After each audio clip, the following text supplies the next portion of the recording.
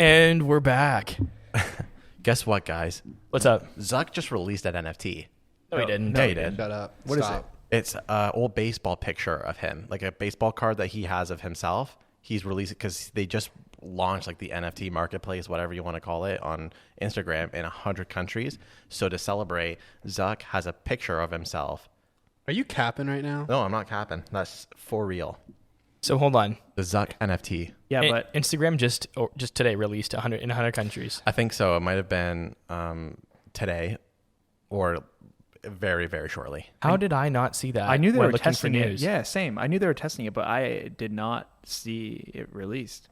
It's like, okay, I'm going to go to Instagram.com/Zuck. Okay. But the real question is like, Wait, /Zuck. That's his handle? Yeah. He's being accurate. And verified. I'm looking at it right now. So he has a baseball card. That's him. It's signed as well. A signed Zuck NFT. Slack it, dude. In honor of, okay, 1 second. does it have any utility? Like, can I go It's watch? sick. It gets steals you your laid. Can I privacy. go watch Zuck? In honor of expanding digital Steals your collectible data. NFTs to 100 more countries on Instagram and launching new integrations with Coinbase and Dapper, I'm sharing my soon-to-be NFT old Little League baseball card, which someone recently found and sent to me. So the utility is like a chastity belt. Like if your parent gets one for you, you just don't get laid. Utility chastity belt. Bro, that's every single NFT, man. Zuck as a kid looks like Dave Portnoy. I don't know if you guys see that, but He kind of does, yeah. What channel is this in? I'm gonna add you again I'm looking on Slack. I don't see it. because you joined as a different person. I'm gonna send on Messenger, Vic. You're in. I'm an imposter. We're all in the chat now. He's all in Okay, it. okay. Okay. All right. Well, I mean, that was a great way to introduce the episode. But yeah, I think just mic dropped on us with that. Oh, list. dude, he's such an ugly kid. Dude, he's like, not to be rude. He's kind of an ugly. No, I'll be rude to Zuck. That dude. I wouldn't say. Okay, not to be rude. He hasn't got more attractive. I think he peaked at Harvard. There's some. Yeah, that's true. Yeah. No, he definitely peaked now. I saw him in the He's Social red now. Network when he was at Harvard. He was way better looking in the Social Network than he was now. Yeah, it's In the almost like they paid a Hollywood actor or something. Oh, man. Whenever Jesse Eisenberg is your glow up, that's how you know things are like going bad. So ridiculous. Hey, he's not bad looking. No, he's not. But like, it's like you think, you know how people are like, who would play me in a movie? It's like, all right, Chris Hemsworth, Chris Evans. But it's like, Okay, Jesse Eisenberg. Good question Rude, though. bro. Aziz Ansari's playing me. That's what I was No, wondering. That's Like, a who? good one. Man, Dev Patel. Aziz Ansari, no offense, dude. He's like way too funny to play you. He's like the funniest guy. No, you got to be played by someone more serious. No, Yeah. Dev Patel. Dev Patel. He's like he's like one of the sexiest dudes ever. Thanks. We should do a new segment of who would you rather, but with like tech guys, like Zuck versus Cook. Like who'd you rather? You know? I can't have that going around the internet. Yeah. We did this. We did this in the pod. Of Yeah, we course. have, Dang yeah. it. Yeah. Well, we have a big episode today, Lee. Do you What want to? do you mean by big? Like, we have a lot to cover, in And this not a lot of episode. time either. and not a lot of time. But let's just quickly introduce our co-hosts here today that are going to be joining us for a second week in a row. Yeah. So back again by popular demand, and by popular demand I mean You guys. us. We have our guest Caden, now a third-time returnee. What's up, Yeah. Caden? What's up, guys? Happy to be here again. And we got Mr. Vic. Hello. Awesome. All right, Lee. Well, why don't we roll that intro and we'll just get right on into it. Sounds good, man. Well, anyway, welcome to the Fast Forward podcast.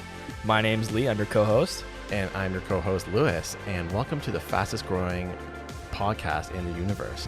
Tech podcast. To be Tech specific. podcast, yeah. There we go. We are going to be talking about some awesome stuff this week. A couple crazy conversations about dead pigs coming back to life and Lamborghini Apple cars. I know, that's very interesting. And then I see something about Shopify. We're going to be talking about tech layoffs today. Oh, Sad. That is very sad. And we're also going to be doing a rewind back to the past, Lee, with music. Music's this week's Rewind. Yeah, that's going to be pretty interesting. And I got a funny meme that's going to be pretty laughable, I think. It should be. Compared to the other ones, is that? Absolutely. I- So, I they're all trust you. funny. I trust Yeah. you with memes. so let's roll the intro. All right, first up. This is I just want to get your reactions to this one. These two twins, two twins, how redundant. These twins were separated with the help of virtual reality. That's the headline. I know, I saw the headline. It was like Conjoined Twins separate with virtual reality. I'm like, they separated them in VR, but not in real life. So I guess the doctors here. Actually, let me just read this to you. You got to read that. That headline is open for so many interpretations. Yes. Okay, so Brazilian twins who were joined at the head have been successfully separated with the help of virtual reality. I sent you guys a pic. I want you guys to see in the Slack message there what it looks like to be conjoined at the head. It's really, really weird. Oh wow, it's like they share eyes and everything too. Oh, it's. Oh wait, it's no, maybe I'm tripping out. You're tripping out. That image. It's a very trippy image. There you go, Vic. Oh my god. Yeah. So it's crazy. The fact that they live. So my son's 3 right now. They're just about to have their 4th birthday before the surgery. So they've lived that long in that format. It's unbelievable that modern medicine's even allowed them to be alive. But here's the crazy part. Wow. So 3-year-olds Bernardo and Arthur Lima underwent surgeries in Rio de Janeiro with the direction from the Great Ormond Street Hospital in London. That's London, England. So they were able to use virtual reality to do like a virtual reality surgery and be able to be in the surgery operating room, kind of like planning things out and working together collaboratively.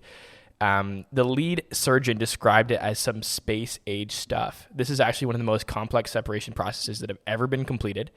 Well, think about how brain surgery, because for any of the people that are listening in right now, they're conjoined at the head, obviously, which we said, but they're also not even conjoined. Like they're like yin and yang almost, right? They're doing a 180 degree turn on each other as well. So not only is brain surgery so complex, but now imagine having to separate 2 people and keeping the brains out of there. So, unbelievable. So totally, it took 7 surgeries, involved 27 hours of operating time, and 100 medical staff to pull this off. Now I wonder, like, wouldn't their brains like start to connect in different ways? By disconnecting them, are they like, will one of them like lose some functionality? Exactly where you guys are all thinking, I was also thinking. So I went down the rabbit hole a little bit to just like learn a little bit. So in this case, I looked at the CT scans and their brains are separate. So they share maybe a little bit of brain tissue. But the thing is, you can actually, like, people have survived head injuries, like getting a nail in the head and like losing parts of their cranium, whatever. So you can lose some brain tissue and your brain will like reconnect those synaptic connections and kind of restructure itself. They have very little of the same brain tissue. So it's mostly like separate skulls. But here's some crazy shit. Sometimes conjoined twins share the same brain. Yeah. Makes sense though. It's completely, I mean, yeah, but it also, like, how do you exactly separate that? Do you just like, one of them just has to just like, sorry for your luck. I was just going to say, like, because honestly, this is the worst way to be conjoined if you're conjoined, but it makes the surgery easier. There's so many conjoined twins who are like, they have 2 heads, right? It's like 1 body, 2 heads. And like, you literally can't separate them. Who gets the body? Right? Well, wait, you're saying there's going to be a floating head? They each, one person gets the whole benefit, like, yeah, let's go. And then the other person's like, rock, paper, scissors with each other's hands. Wait, I knew you were going to do rock. But this is really incredible. I think, so can you go more into detail about the VR? Well, so this is the first time that surgeons were able to do this procedure from separate countries, and they wore headsets and operated in the same virtual reality room together. No way. Was that just for practice, or was it like actually in the main surgery? I didn't specify. I've seen this though before, where it actually is happening live. So they definitely do. So there were some simulations that were happening. So you've got these 2 children. Seeing what they'll become after the surgery, you kind of need to materialize that before you begin. You need to know, like, you're making a sculpture, like, how are we going to get to the end goal? So they use virtual reality to like almost practice or visualize what it would, what the outcome would be. But when it came down to the operating room, they were actually in there together virtually. Yeah, nice. I think that makes the most sense. I think the medical staff were being instructed with the team. So basically what happened was the people that were tuning in virtually had the autonomy to move around the room and kind of see and provide insight nice. More without someone having to hold a laptop or a phone. It's like, rather than like FaceTiming in the doctor, they had like set up enough cameras where, I mean, you got 100 medical staff. This was a big operation. Yeah. I'm kind of surprised, like Rio de Janeiro, that's in Brazil, right? So it's funny because we talked about the NVIDIA Omniverse a long time ago. And we talked about how virtual reality was going to be used so that like people across the world can be controlling robots with virtual or AR tech. So it's kind of cool how we're doing this right now, just as a replacement for video calls. Next step, we're going to have robo surgeries being done with VR. Well, if a surgery like this can be done by a remote doctor, like, how many other things can be done by a remote doctor? Well, We're in a country with a huge doctor shortage. Well, I was just thinking, because you know how a lot of girls are going over to Mexico to get their BBLs done. Yeah. That's what, like, now you can virtually do that, right? Or you could save lives. Like, obviously, they're for two really important things, but I get where you're coming from, Lou. But here's an interesting thought as well. We all work in the digital space, kind of like the digital nomad space. And we've seen over the last 10 years, globalization impact our industries around advertising and social media, content creation, editing, etc. And that's because people can access computers. So our jobs and industries have been disrupted. But then you have people that are like mechanics or specialty repair people or whatever else. And their jobs, at least right now, feel more secure because they're, you can't have someone from another country fly here to do the job. Yeah. But with these like remote robot, and maybe they're not autonomous, but they're remote control, humanoid robots being developed, you could be in like the Philippines and be a really good, like, I don't know, like automotive mechanic and just be fixing cars in Sarnia. Like, it's nuts. Could that be a future where, and then you could pay them, at a fraction? I think that's a plausible future in like the next 7 years. Yeah. 7? I in think certain more industries. than 7 for sure. In certain industries, it's already happening. So it's already happening now. Think about like when you have something like this, that's such a massive first. I'm not going to call it an experiment, but let's just say it's an experiment. You just have this massive experiment. The next time it gets cheaper and easier. The next time it gets cheaper and easier. Then they're doing it at a bigger scale, and then you have economies of scale coming into place. And then 7-10 years down the line, you have a mechanic from the Philippines. But what I mean though is that we don't even have gasket. we don't even have robots doing surgery like on its own right now, right? We do. Right. Like not like even at scale. Not a mass. We have little robots are being used all the time now. But like it's barely being used because they're more precise. In surgery specifically, robots are being used, but with the doctor physically there.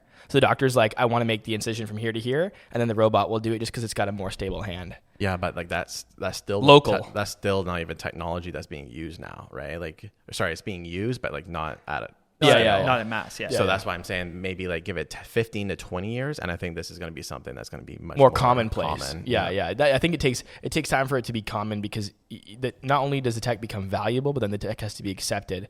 And I don't know how many old people are like going to want to go to the doctor and be seen by like a little iPad in a robot body that's like. Well, the thing about medical tech is that the half-life of medicine.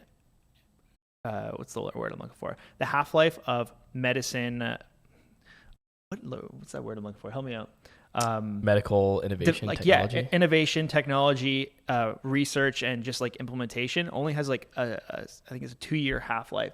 So half of the stuff that they're learning in school right now as a doctor, it won't be valuable in 2 years because medical tech is so quickly accelerating. And I feel like it's one of those fields where people are much more likely to accept some sort of like experimental robot coming in because it's life or death for a lot of people, right?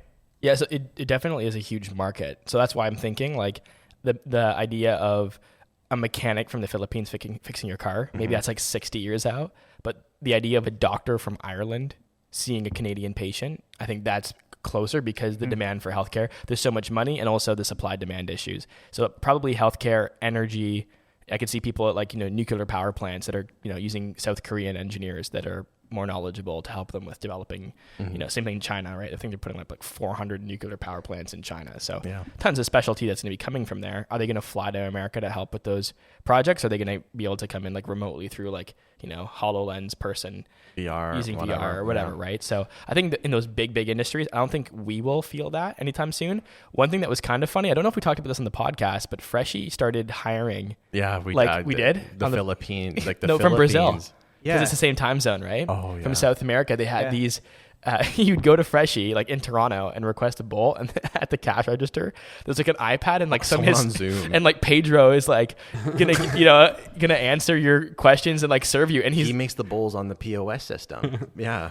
It's crazy. Like, why don't you just do what McDonald's does and have the big kiosks? Because they wanted a face. I think part of Freshii's like experience is the human. Like, I think they want someone to like. I'd prefer the other way. It's just funny because they're leading with the exploitation of cheaper labor. Like, they're not even trying to hide it. Yeah. Like, at least at Walmart, McDonald's are like, all right, we're putting a computer in front of you. The computer costs money, but for Freshii, they're just like, no, we pay It's him like some $3 an hour. Some 12-year-old kid. We're cool with it. It's literally like it's dystopian. Like like with Walmart, like obviously both is considered dystopian, but like I can do my own groceries. It feels better. Literally, Pedro sitting there like he doesn't know English that well. He's getting paid. It probably shows his wage at the. He probably has like a little like sticker at the bottom of his screen saying, "I'm getting paid $2 an hour." So they like guilt you into tipping. Yeah. He has like a little his like sign he just puts on screen. Yeah. And by the way, just to let you know, that bowl is going to be $11. My family is starving. I made $11 today in total, and I've worked 15 hours. You know, $11. Make that $14, and my kids will eat happily tonight.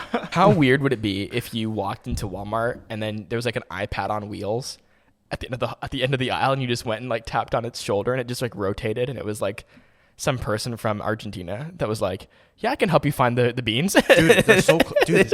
I went to Meijer and they have the robots that check the aisle. Have you seen that? No, I haven't seen that. They're robots that just go down the aisles. They just scan to see if like a stock, and then I think it notifies like what stock needs to be done. But it has like a face on it and everything. So like, wait, and it's an inventory checker. yeah. Oh my In God. Meijer. I went there Myers. and like I joked around with Sid. I was like, hey, like I literally tapped on his shoulder to pretend like it was a real person. Sid told me to stop, and that wasn't funny. But like I disagree. I think It's it's very funny. but it was just beyond bonkers. Like imagine going from like it scanning the meats, finding pork, finding whatever, right? You know what's interesting? The people that are really like hate inflation right now are also oftentimes people that won't use the automated self checkouts because they want to like protect the jobs of the people that are working there. I wonder how much they think about how those are so tightly connected. Like how the more they can replace the humans working there, the cheaper they can get their stuff. Yeah. They probably don't think that way. No. So they want lots of humans there, and they want all the food at zero margin. It's like what they want. Yeah. Crazy though. I mean, we went from twins to robots and how do we avoid robots in grocery stores, Lewis? I feel like we get there every episode. Yeah, I don't know. Robots taking over our lives, taking over our jobs. Speaking of grocery stores, the price of bacon's going through the roof, and now they're trying to bring dead pigs back to life. Yeah. Maybe that's why. Yeah. I don't blame them. Let's see if we can use the same pig twice. Yeah. Damn. Like that's what you have to put into the machine is the piece of bacon. It has to be cooked and everything. We have extra crispy. regenerative pigs. So this headline is a little bit more hyperbolic than, is a bit more grandiose than I expected it. Basically, pigs that died of cardiac arrest and had been dead for an hour, so they were dead, fully dead. They received a nutrient-rich fluid that gave their organs life again. Okay. So, I mean, we're not it would have been funny to see just a pig just like get up. Yeah, like and been like I saw the light, I saw the butcher. It's like a Walmart meat aisle. Or I was thinking like packing. you show up to a farmer's, like a farm, and then the farmer's like, "Yep, over here." He shows you to the pen. You open it up. There's like a pile of dead pigs there, and you just like inject it, and they all just come back to life or something. Yeah. Like I mean, what does that say? I mean, if we're there with pigs, like pretty soon humans are not dying anytime soon. I think the weirdest thing is that they already have like this marketable name for the concoction, Organ X. Like they already gave it like a brand. Like, Needs to be everything has to be marketable. Well, so so just to give you guys a quick piece of why this is important. In the U.S., there's around 106,000 people that are on the national transplant waiting list, and every day 17 people die waiting for an organ. According to the Federal Human Resources and Services Administration, despite the huge need, around 20% of organs are discarded every year due to poor quality. So the idea here is that this technology could actually preserve organs after someone dies, providing obviously more organs available for transplants. What were you thinking? I was going to say that. Kid. So with that story, though, you said that the pigs that they tested on, it was a full hour that they were dead. Unquote, deceased. Yeah, that's pretty crazy. They were dead for an hour. Yeah. And I think previously this was it Stanford or was it? I think it was Stanford. Stanford. Don't want to give the wrong school credit. Oh, sorry. Yale. Yeah, I had a feeling it wasn't Stanford. So Yale, they had previously, I think in 2019, they had found a way to actually keep the brain alive. And that was like a huge, like being able to reactivate the brain, I think after it had been butchered. So I think its whole body had been cut off, and then they were able to bring the brain back using similar technology. But the brain, I mean, there's a lot more organs than just the brain that are important. So, running this nutrient-rich fluid through And, keeping these organs alive is obviously going to be huge for humans if we can do the same thing. Right now, the technology, if you guys are familiar, is basically just making it really cold, really fast. Oh, okay. So right now, if you die, and, knock on wood, that doesn't happen. Mm-hmm. But if you guys just died and you were an organ donor, they would just throw all your organs into a very cold device to kind of preserve them, because if it gets really cold, the cells don't degenerate as fast. Yeah. But with this process, obviously you have a lot more time, because making it cold only slows it down. Yeah, and I think this whole pig thing is mostly around their cells and their organs more than anything. It's not like, and I know the headline's so misleading. I saw people referring to it as zombie pigs, and I thought that was pretty funny. I mean, that's more attention grabbing. Yeah. Zombie pigs. But it's Can you imagine? true though. It was dead for an hour. It was dead. Yeah. But the thing is, they didn't come back to life. Yeah. Just some of their parts did. Oh, So Their cells. Their cells I came got back to life. excited. Right. Okay, Yeah. I totally misread that. But I think they should just stop there. The potential is really not good. I mean, No, you keep keep going. going, you get zombie pigs. Yeah. I but- don't want zombie pigs. The thing is, a zombie pig literally would be like a zombie pig, because chances are most of its brain would be dead and fried from lack of oxygen and blood, And it needs brains. and it needs brains. So it needs to go hunting for brains. Yeah. I don't like where this is going, guys. The thing is that I can't as much as I want to fantasize about a zombie apocalypse, I can't, because I'm the first one to go out during a zombie apocalypse, right? That's why I choose not to think about it. Why are you the first to go out? Because I'm diabetic. Dude, we're gonna That's be just an we're gonna excuse, keep, man. Dude, You you're gotta gonna change your you're mindset. gonna be fully keto, because we're gonna be fucking eating bacon, breakfast, lunch, and dinner, bro. Bro, no, not if it's infected, man. That's infected. You can't have zombie infected. Just boil bacon. it. Yeah, you just Boil it. boil Get it, rid of it, boil it, 100% of the render bacteria. out all the fat, and then you're good. I'd rather die if I ate boiled bacon, dude. Just I'm sacrificing myself. I'm like, all right, guys, you got fresh food right here. Psh. This is totally not technology, but did you know that gourmet kitchens boil their bacon?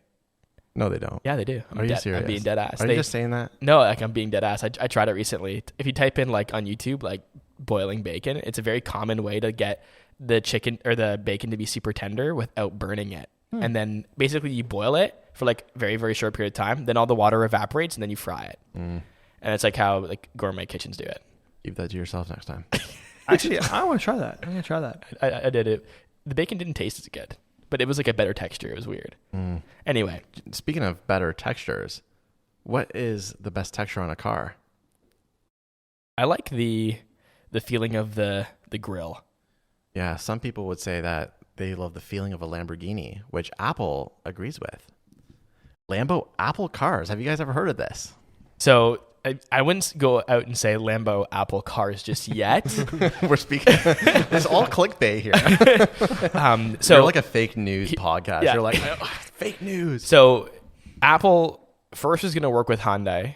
Then I think it was Kia. There was rumors they would work with Ford. I think Audi. I don't know. At every company at this point. Now they've hired a lead exec from Lamborghini, and people are wondering what that means for the Apple Car project. People have been talking about the Apple Car for, it feels like, the last 15 years. And it's gone from being, alive and well, thriving, hiring everybody from Tesla, to laying off their entire team. And I'm just kind of sitting here really questioning, this is a big hire again, but what is Apple really doing on the car project? What Who knows about this car project? I man? thought Do they even abandoned know? the That's car the real project. question. I don't know. swear they're researching this car in Area 51, because how come no one's heard of? No one's anything? seen it. There's No. been no pictures, but they've had people working on this project for a super long time. Lamborghini. I mean, I have a feeling that they probably, the person, maybe the executive at Lamborghini probably just knows how to make a very high end car, and I don't think they're going to be like a Lambo car, because I don't think that's, if Apple wants to make a lot of money back, I don't think they're going to make a Lambo, because not everyone can afford a Lambo, but people would be able to afford 15,000 over, maybe a mid-tier.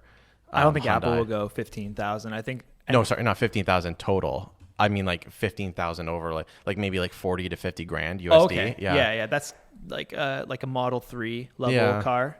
So that's actually where I wanted to go next with this. Obviously, Project Titan is what it's been called, has seen its ups and downs. And if we had talked a month ago, I would have said, I don't even know if they're going to do it. But with this big executive hire, obviously they still have ambitions. if you guys could make a prediction about what the car would be like, when it will be released, who they're going to be marketing it to, what's your take? Me personally, I mean, we've talked about this before, so I won't expand too much. I think they're just looking at how a Tesla works with kind of like almost all the focus is specifically on that screen that's right at the front with all that Apple kind of things that you're used to seeing, right? That's what I think. How about you, Caden?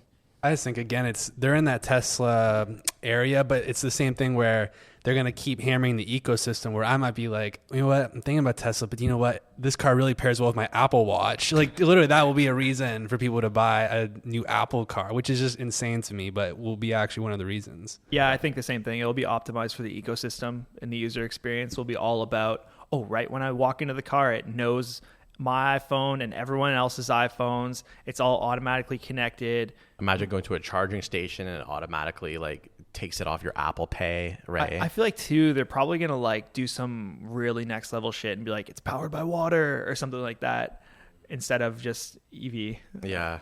I don't know. It's kind of hard because the fact that they've taken so long with this has made me thought that maybe there's nothing going to be spectacular about it, you know? Really, I would think the opposite. And low-key, how I feel about this Lamborghini hire is that it's just kind of like this thing they're doing for the publicity and just saying, it's more of a statement saying, we're still in the game.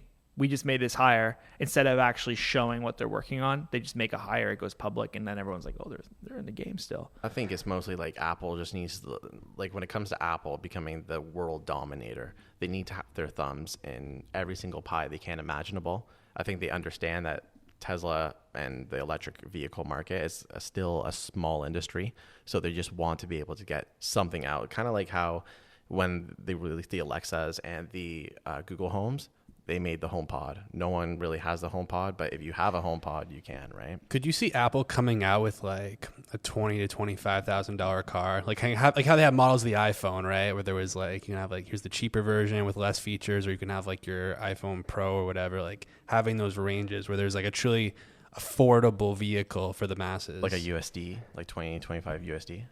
Yeah. Just like, I don't think so personally, because the iPhone itself compared to most Android competitors is like astronomically expensive, especially outside of where we live. We live in a place where phones and phone bills are like the most expensive on earth pretty much.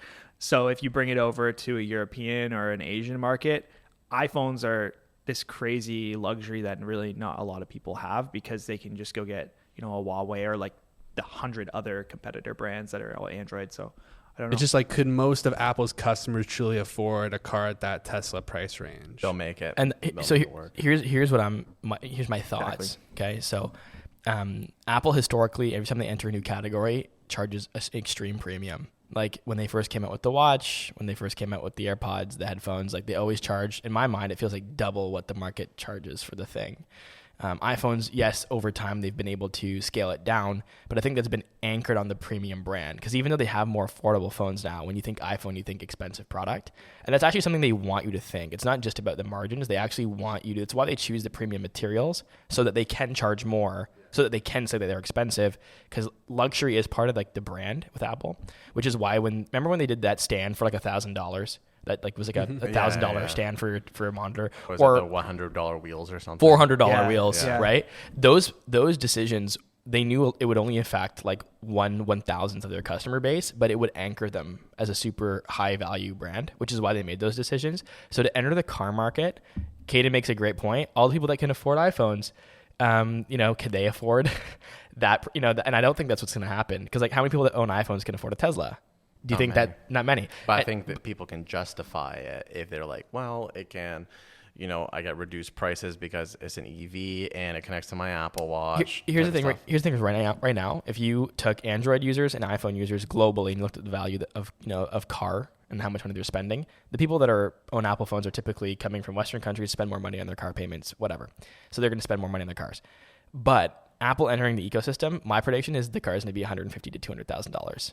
I can get that, because when people see an Apple car on the road, they got to be like, I saw an Apple car today. It has to be and like, it's got to be a crazy thing. The first generation has to be like twice like a Hyundai or like a I would say Ford? I would say 80 to 150. I think when you're getting to 200, that's a little bit out of reach. But Well, how much? So when Tesla first, twice a Hyundai, that is $50,000. no. So no, I'm saying they have to like. I mean, not by price point, but like how they visualize it. Like it has to be like that kind of premium. When Tesla first came out, they started with the Roadster, and it was a really premium product on purpose. Yeah. Because then they could get the early adapters to keep funding the development. So if I think about Apple, that's what they've done with every product, with the watch, et cetera. They'll probably do that with the glasses. They're probably gonna make it super expensive, but it's probably and they hired the Lamborghini executive. Mm-hmm. It might be like a luxury supercar. It might be the first Apple car might be like the Roadster or the Porsche.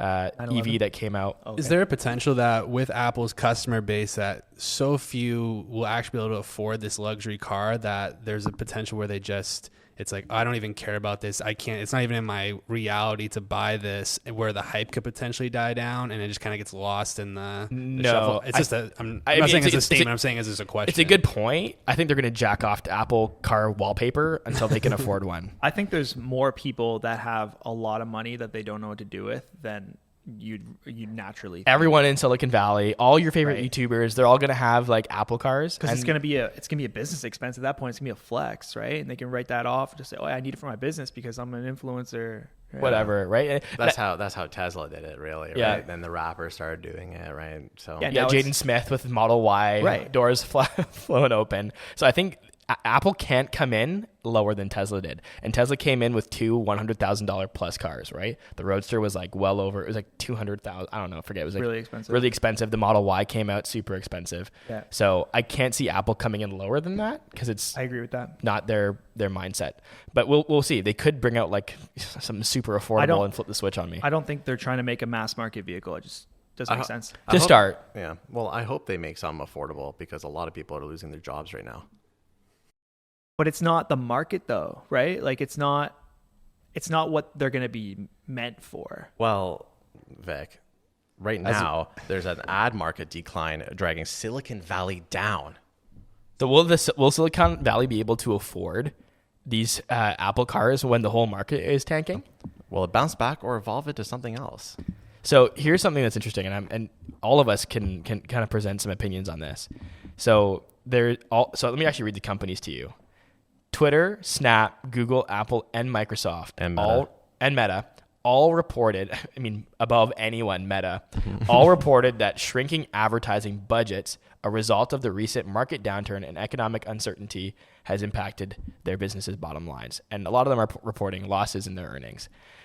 Something that's mind-blowing to me is that, when you think about the idea that advertising dollars have basically built Silicon Valley, in isolation, it doesn't sound rational. It doesn't sound like, no, it's got to be other technology that really made Silicon Valley. Yeah. But when you think about these companies, Meta, which is now the metaverse, Facebook, Twitter, Snap, Google, right? Apple, Microsoft, like advertising money has quite literally propped up the entire tech boom in Silicon Valley in America. Advertising. Yeah. I think when I'm just looking at Meta, they acquired Oculus in like 2013 or something. It really is starting to make it seem like he was thinking way ahead, because if you look at everyone, Apple, Microsoft, even Google, right? They have such a diversification in their business that they're going to go down naturally because you're not like ads are just going to be there. But oh man, think about the suffering that Facebook is going through right now with this decline in advertising dollars. Make or break for them. We talked about this last episode about their low revenue. So there's a couple contributors to why this is happening. So obviously, number one, economic downturn, people spending less money on advertising. Number two, the world getting back to normal, so less online e-commerce, all that stuff. What do you guys think is the next evolution of this? Do all these companies bounce right back, or does it evolve into something different? Do you think Apple's new iOS like anti-tracking updates are going to slowly kill this whole thing, or do you think that digital ads still have a lot of life left in them? I think digital ads still have a lot of life left in them. I think they're going to bounce back. I think this is just kind of a little blip at the moment, but I think it's also going to be beneficial for consumers because it's going to allow all these companies to innovate and provide other value in other ways, which Microsoft and Apple and Google have already done. So, how do you see them bouncing back? How do I see them bouncing back? I think just that's just what's naturally going to happen. I think it's just obviously very tied to the economy, right? When a lot of money is pumped into the market and businesses, it's very easy to get bloated and just start going on a hiring spree. And then once things start to get tight and stuff gets real, what is the first people to get let go? Well, sometimes these things that cut off our marketing, even though it's funny, you mentioned how marketing was really what propped it up. But a lot of times when you have to cut dead weight per se, it's easier just to like, all right, let's limit the marketing budget, you know? Yeah, and marketing is about growth, and right now companies aren't trying to grow, they're trying to survive. So if you've got customers, you're trying to find profitability, you're trying to take the levers. So you're going to get rid of HR, you're not going to be hiring anymore. So, say goodbye to all the recruiters, no more marketing, no more customer acquisition, any R&D, dropping that down to zero so that your company can show profitability when it comes to investor calls. Because if you're not, then you might not get another round. You might die. Yeah, and when the market goes back up, it's just all in cycles, right? When we look through history, a lot of the stuff, it's like, what will happen? I was like, well, just look back what happened 20 years, like in these like 5-year periods, right? In 10 years, there's going to be more money in the economy. Companies will be able to hire. There'll be different tech, different marketers, marketing different things, different tech. But do you think it'll be the same way that it's been? Or do you think that emerging technologies like AR and VR and also things like the disruptors like the blockchain, crypto, Apple's anti-tracking is going to make it so people have to advertise differently. You guys have both seen, Vic and Lewis are both content creators. You guys have benefited from influencer marketing and how brands are going to influencers more than with the the targeted ads because the results are better. Do you think that's a trend that continues? Do you think people are they've just had it with display ads? And I think like it's a combination. So you have where's the attention and who do people trust, or where's the trust? And right now, a lot of people that are on TikTok, for example, TikTok is probably the biggest magnet of attention in social media and the internet as a whole. You have that, but then you also have the people on TikTok who are figures. So, influencers like us, we have this trust with our audience. So when we are funneling the message, it gets a better reception than them just running a random ad through TikTok ads or Facebook ads, Instagram ads, something like that.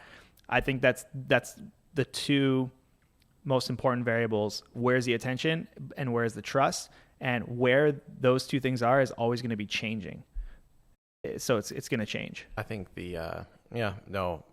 I mean, if we look at the history of digital ads or of advertising periods, if you go back to the billboards, right, when in New York, Times Square or wherever it might be, well, if you have an ad up there, then sure, it might be good. But then what happens when the legislation says you can't have advertisements with cigarettes or something on it, right?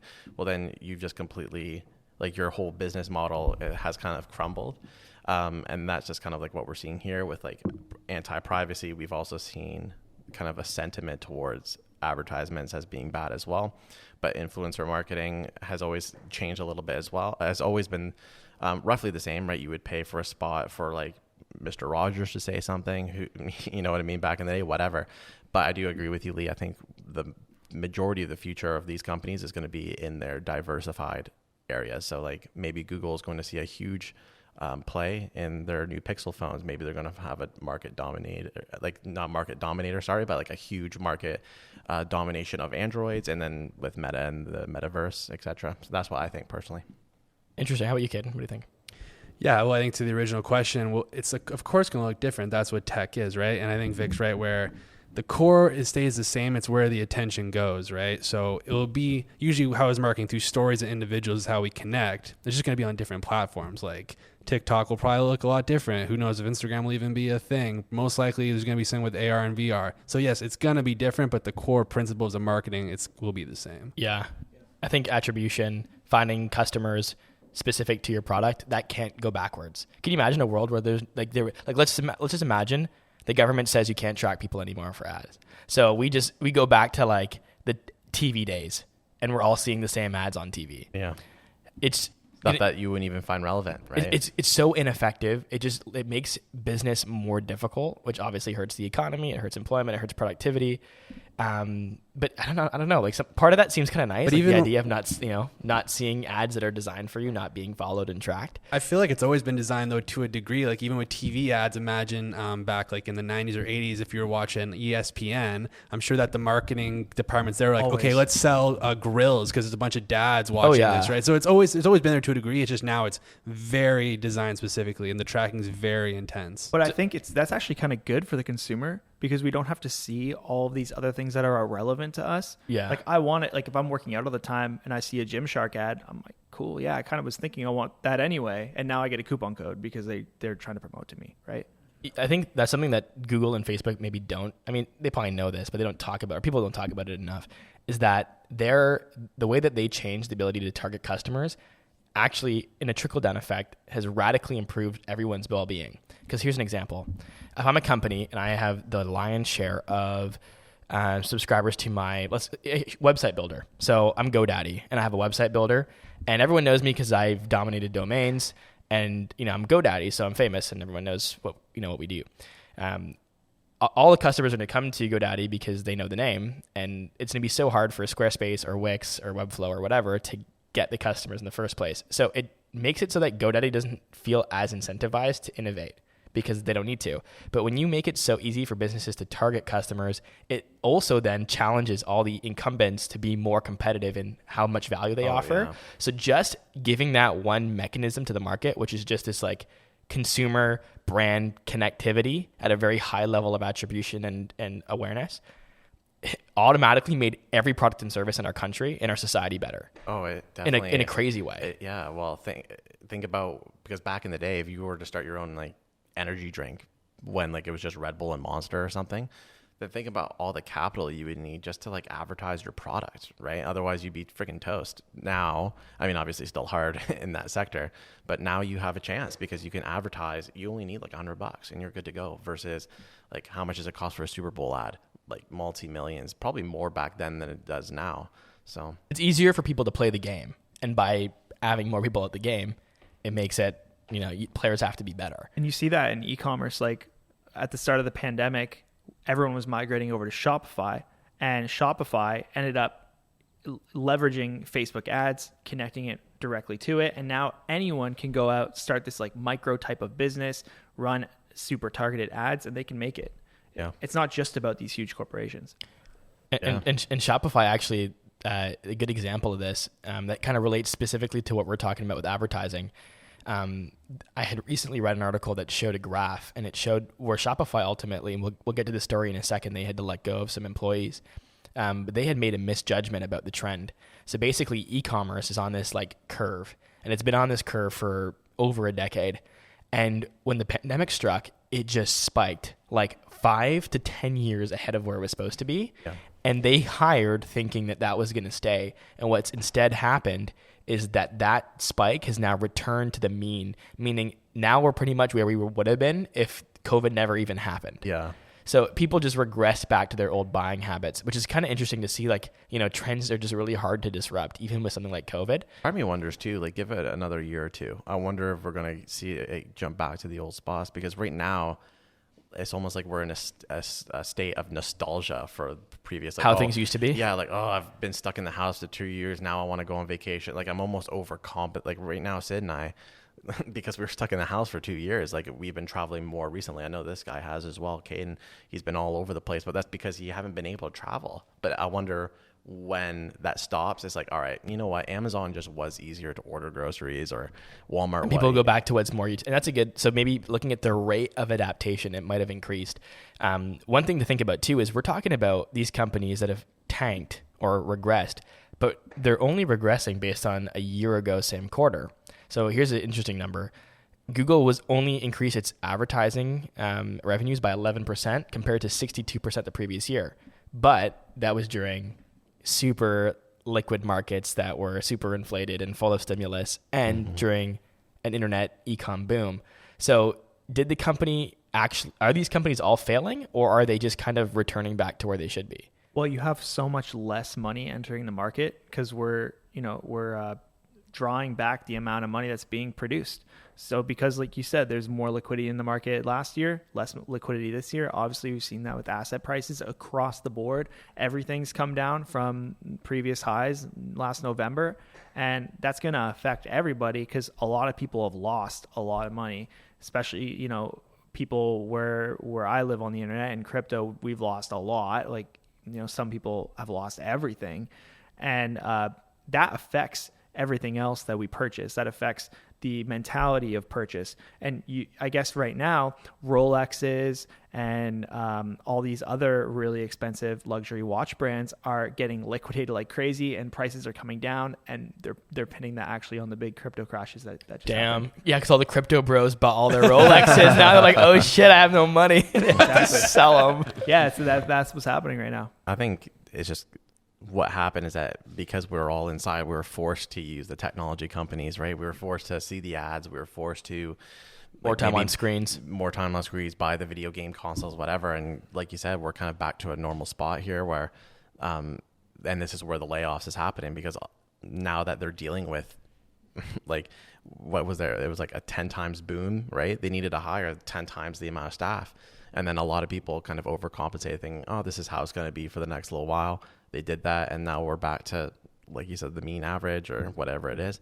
We're on trend again. And because of it, they have to lay off the people that were hired to essentially work at the top. So. It was cool to see Toby, the CEO of Shopify. I think he's kind of like an entrepreneurial like legend in Canada. Mm-hmm. You know, put out a memo and take ownership for this mistake. And yeah, that's good. Just being like, hey, like I have to let go of literally 1,000 of my 10,000 staff because I just like assumed that shit was popping and it wasn't. Yeah, and it's happening everywhere too. Like Shopify, like that was one of them, right? That's the one that you linked right there. But right now across the whole, every single place in tech is laying off people or doing a hiring freeze. So and that's actually our next story, guys. So Shopify specifically, in relation to this whole like, you know, spike that's come back down, they've laid off 10% of the staff, as I mentioned. But I think just today it was announced that Robinhood also cut 23% of its workforce.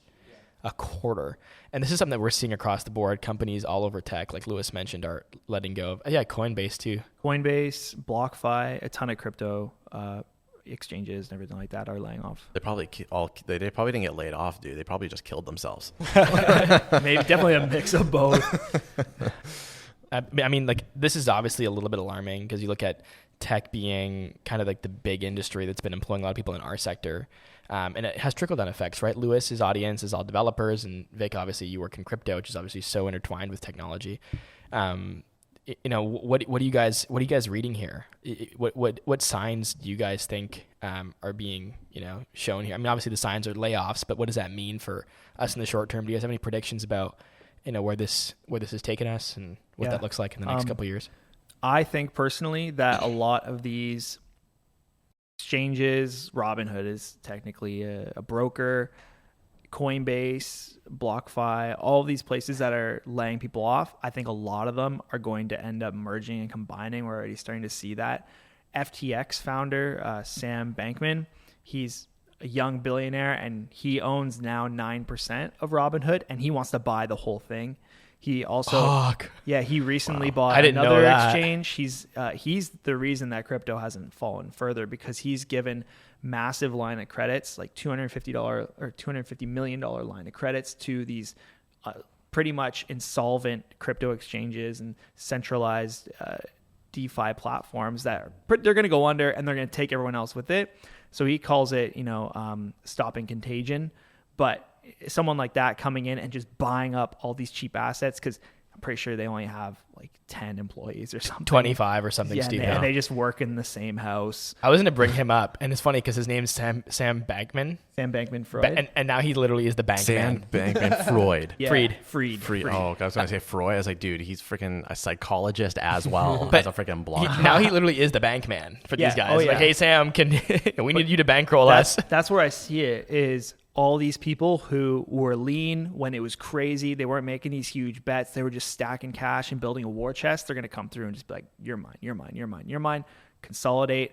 Then when it gets crazy again, they're going to be the ones sitting at the top. Yeah. It feels like all these tech boards, there's a sense of like, I almost think of it as like a casino where like everyone's like winning and they're like looking around the table at all the other companies like, wow, they're hitting too. They're keep going. Like we should keep going. We should keep hiring. Because part of me is like, man, did any of these companies not see or have the conservative responsibility to be like, hey, maybe this might cool off or to look a little bit in the future? And it seems that everyone was kind of just looking around at all each other and being like, well, if they're doing it, I guess I can keep going too. It's just the FOMO aspect of, you don't know if it's the top, right? Yeah. Is this the top? Because if you stop now and then we go up another 30%, you're going to be the idiot that didn't keep in, you know? And also these tech companies too, they have to do everything at scale. And with this tech, you need just people, right? You need labor. So if your daily user base and on Google goes up by like 5x, say, or even like just 2x of like Google, think about how many people are using that daily. You need so many people to operate that. So it's almost like they had no choice but to scale up. And so my prediction with the tech industry is that they're just going to go down for a bit. There's going to be hiring freezes, and then they're going to slowly start hiring people again. It's just a blip on the radar. I mean, if we look at tech has been like they basically won COVID because they kept going up and up and up. Like they never really kind of went down. So now it's almost like a karma, I guess you could say. They've overcompensated. Everyone else got freaking creamed on. Yeah, wrecked. Creamed on. Yeah, like during the pandemic. I don't have negative association with creamed on. Sorry. Everyone else got wrecked during the pandemic. All these other businesses. Let's clip that one, guys. Tech never did, and here they are. They're now feeling the repercussions of it. Yeah. So, yeah. It's to me it's a little bit like predictable because markets always do this. They always there's like a gold rush, and then everyone's trying to make as much money as possible, and then they fragment. So they go, I can fix this kind of customer, and I can help this kind of customer, and they just focus on their niches. And then there's consolidation that happens after no one has any profit left because they're all competing so much. And I think this is, to answer your question, is a statement about why they are so aggressive in growth, is because when it comes to consolidation, all that matters is how many users you have, right? When someone's going to buy this exchange versus this exchange, when it comes to that part that they're all expecting to consolidate, they're like, the investors are like, how many users did we end up having? When the game's over, all the chips are on the table, who's the chip leader? When things have to congregate. And I think that's probably what motivates these companies to not think about profit first. They're thinking about users and aggressive growth, even though you think like businesses are supposed to be profitable. Like why are they still like running at losses? It's because when they consolidate, they want a lot of leverage when they're being purchased. And also I think the whole like hiring more employees thing, Sam, which is what I wanted to bring him up. At FTX, they have like 25 employees or something stupid. Yeah, like not a lot. They're like a huge They're company. like one of the biggest crypto and exchanges.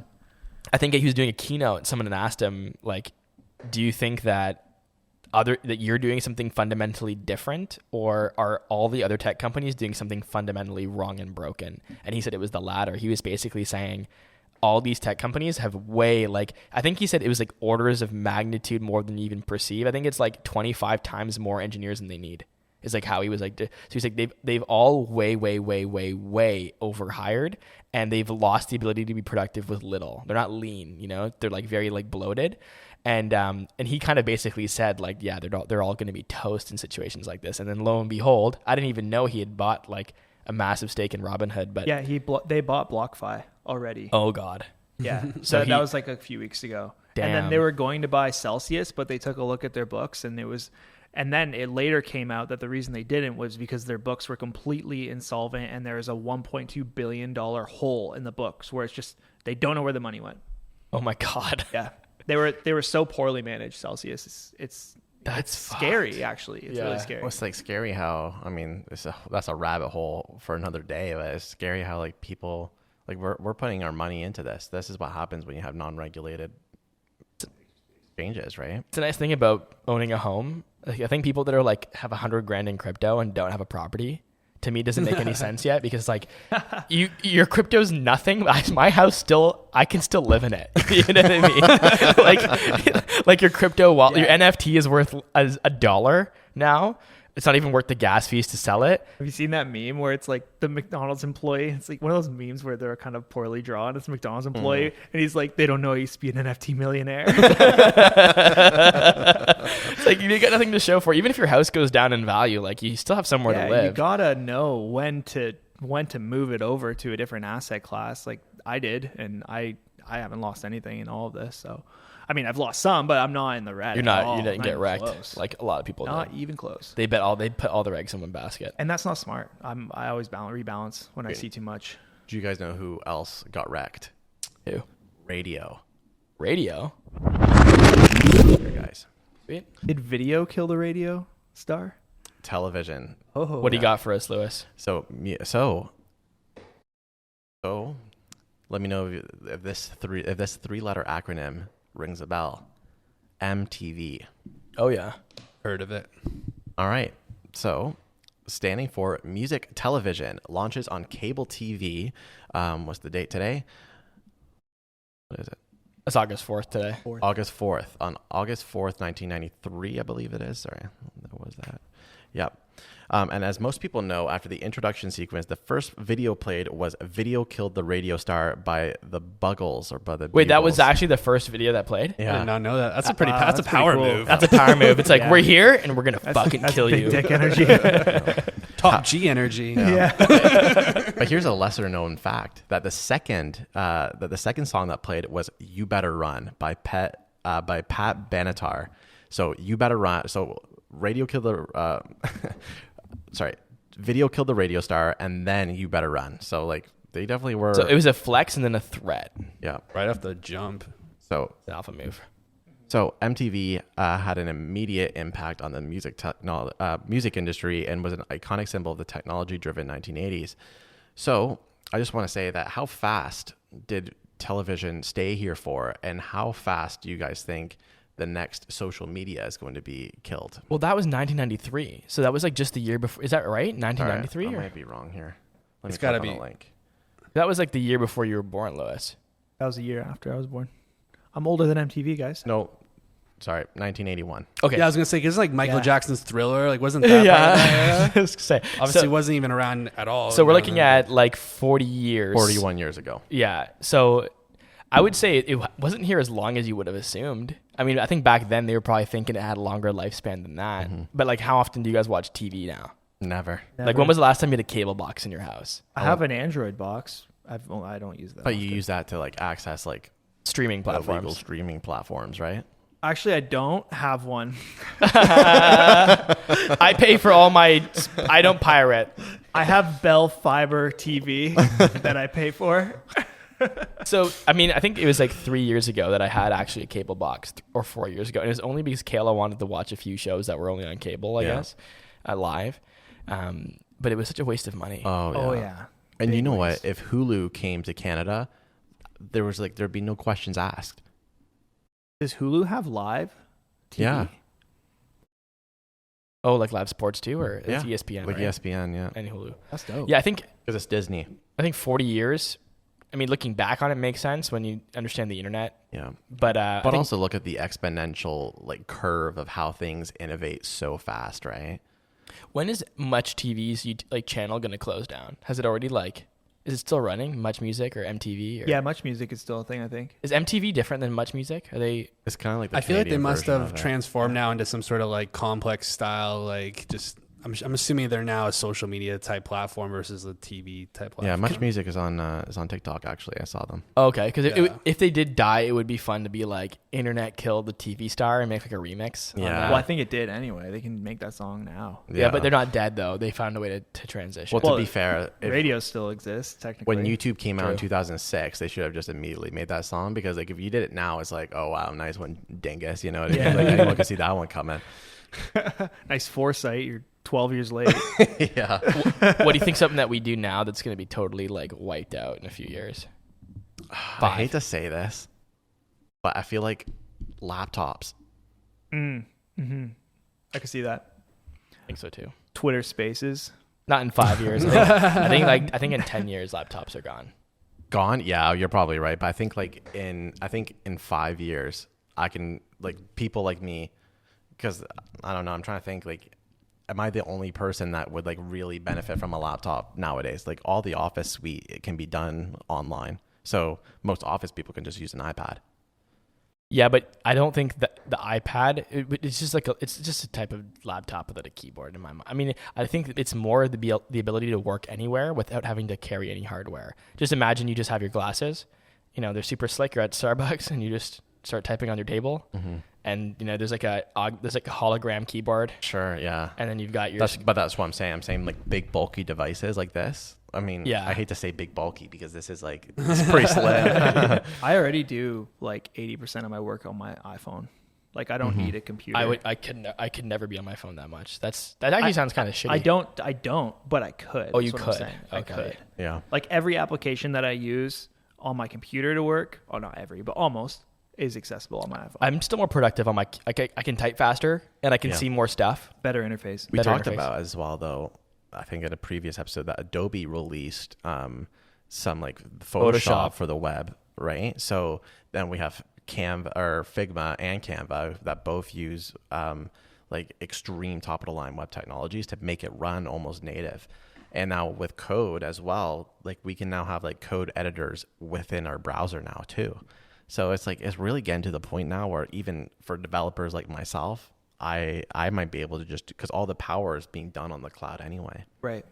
What about DSLR cameras? I had that thought. Like in 10 years, could the cameras on our phones just be, and a lot of it is going phone straight to like whatever platform it is. Yeah. Wasn't there a Sony phone that had pretty much the same technology as like a Sony DSLR? There's been a couple attempts by different companies. Samsung did it too, where they basically made like a super clunky phone camera, and they've all failed. So but I was like, in 10 years, like I don't know. I'm not making this as a statement. It's more as a general question. Could in 10 years it just be so convenient just to have that on our phones? Or it's like, I don't even want to bring the DSLR. I think it's actually happening. Ryan Trahan was filming his whole YouTube series. I think his primary phone that he was using during that 30-day trek to Mr. Beast, if you guys saw that, he filmed with his iPhone for like 14 or 13 Pro with a portrait mode. I think it's already been happening over like the last while, where a lot of people that film that would normally have gotten like a Canon 5D back in the day have just been using their phones, and then it's kind of slimmed the market for those cameras, like the ones that we're using, but those still have a place because the lenses, specifically because the lenses. I think the sensors can get really good in these, but the lenses is hard to put that glass in. And it also depends on like where you want to like what for me, for myself, usually if I'm not shooting a video and I just want to take pictures, the camera quality is great already, versus like this, like that's just so, I would not want to pay I would rather just get the quality I have now versus pay an extra, like however much that is. So I think there always is a spot for that, but who knows? Phones are cheaper and more convenient too, right? So I think what Caden's kind of alluding to is like, will less people buy these cameras? And I think content creators and influencers, a lot of them use like professional cameras. I think that might be their biggest category. I think when Sony sells a $5,000 camera like that, I don't think it's production companies like us that are their biggest customer. I think it's like YouTubers and creators and hobbyists. So when that audience is like satisfied by like the iPhone 20, I don't know if those camera companies are going to be. I still film all my videos on my iPhone, and a lot of people are shocked. Oh, really? You use your iPhone for all your videos? Yeah, because I have probably like $700 worth of lights, and it looks good. It looks people. I had this one advertiser tell me, they were like, we have spent like $5,000 on a camera, so much on lights, and we can't get the same quality as you. What camera are you using? And you said iPhone? I'm like, iPhone 12 Pro. Guy was baffled. That's crazy. So upset. That's awesome. I was shocked when Vic told me that as well. I didn't know that till just now. Yeah, it's my lighting. I put so much effort and meticulous detail in my lighting. I probably have like 8 different lights going at once. So I mean, that's like the principal approach to videography, is to focus on lighting first. Yeah. And glass is usually second, cameras last. It's like lighting, lenses, funnier, glass. Even makes some people mad is I use my front-facing camera. I don't even use my back. You are kidding me. God. I'm not kidding you. Because I need to see me and I need to be in the middle of the frame. Shut the fuck up. You use your front camera? Yeah, bro, I do. Yeah, I use my front-facing camera so I can see me. And in 4K, right? Lee's like, nope, still doesn't look like your... I don't know. Still doesn't look like your videos. Bro, I don't think it's in 4K. Because it defaults to HD. I think it's HD. Yeah, it's just HD. This guy. Jeez. Don't be upset. Leaving. I'm not upset. I'm just shocked. I'm just shocked. Yeah, I thought for sure. Like, yo, that's nuts. It's my lighting, man. That's it. Lighting and audio. Also, too, I find that the front cameras on these do so well when you convert to social media platforms. Like the compression and everything is like so smooth. Yeah, I versus feel Android. like it's a really nice format crisp. to work with. It's crisp. Like I said it again, lighting is everything. I'm right in the center, so there's no distortion. The front-facing camera sometimes will have distortion. You'll notice around the edges. Like if you're like just showing the top of your head or something on the bottom of the screen. But if you're right in the middle, man, it looks good. You know what? I don't think Vic would be an influencer today if he was still on Android. I think the iPhone was critical for success. Yeah. True. I wouldn't be where I'm at if it wasn't for the pandemic, because that's why I got into crypto to begin with. Yeah, everything happens for a reason. You got into Sorry, Apple. Can you go on about that? Why Apple? Oh, just because of the great camera quality. Well, yeah, but Android has great camera Okay. quality. It's actually when you're Guy's heated. people potato. literally don't buy Android phones because when you do like Instagram stories and you actually use the camera, it actually just screen records. It does the now, video. though. It does now. Yeah, they updated that. Yeah. A while Okay. ago. But still, just to even do that once is like the I'm not fact that was trusting you even a again. thing. Yeah, exactly. Like you know what, when you could tell, like remember when Jess would post on our social media and we'd be like, I think Jess must have filmed that on her Sorry. Samsung. You They can used to be still a meme. tell. They used to be a meme. Oh To yeah, it be a looks meme. like Samsung. You can see it. You could see the story. It was like, oh, that was filmed with the Samsung. Looks like phone. someone like You can still smudged the tell. camera with their thumb a bunch. Yeah. What'd you say, Lee? Oh no! Just take Tim Cook's dick out of your mouth first, and then speak. All right, Lewis. You got the Mac. You can't be doing this. Yeah, You got- this guy, with Apple Watch. Yeah, I like Apple. I chose this, but I don't. I don't submit. Yeah. Well, okay, but maybe you are a submitter, but you know what? There's lots of lulls. Why don't we wrap speaking up? of submit, Oh, I've submitted a meme for us all to look at. You guys ready? yep. Now, I ready. thought this would be a funny little throwback because I searched up dead pig meme. Now, I was a bit shocked before I got here. You search dead pig meme. Yeah, and here we are. Think our internet service provider will flag that? Yeah, we're definitely on a list. how does PETA feel about this? This is not a very PETA friendly podcast. Yeah, well. So, when everyone is talking about Avengers Endgame while scientists revive dead pig brains this month, sad pig noises. And it shows a picture of a sad pig looking very dramatic. That's my meme. This must have been from 2019 then, because it's like Avengers Endgame. Yeah. When did that movie come out? 2019. I think you're right. 2019. Yeah. So remember earlier when I said that little tidbit about how the same Yale Yeah. team had done the brain? That's weird how that came full circle. Now we can just say when everyone is talking about Thor freaking 7, whatever the hell's out, while scientists revive Thor, dead Love and pig. Thunder. Love and Thunder? Yeah. Thor, Love and Thunder. When everyone's talking about the new Minions movie and When everyone's talking about Andrew Tate. Yeah. When everyone is talking about Avengers Tate, I almost said. While Avengers. scientists revive dead pig brains this month. Sad pig noises. Well, guys, it's 5:07 p.m. Episode 23. Yeah, I love. What a great episode, guys. Do you want to, Vic, Caden? Let's hear a quick plug from you guys for this opportunity. Before we wrap up, You can go first. you can just follow me on Instagram, Caden Paul Gibb. Just keep up with the journey. Any periods in between those, or just all one word? No, just one word. That's K and Paul Gibb. just every month. You just got freaking owned, dude. I don't get it. You don't get it?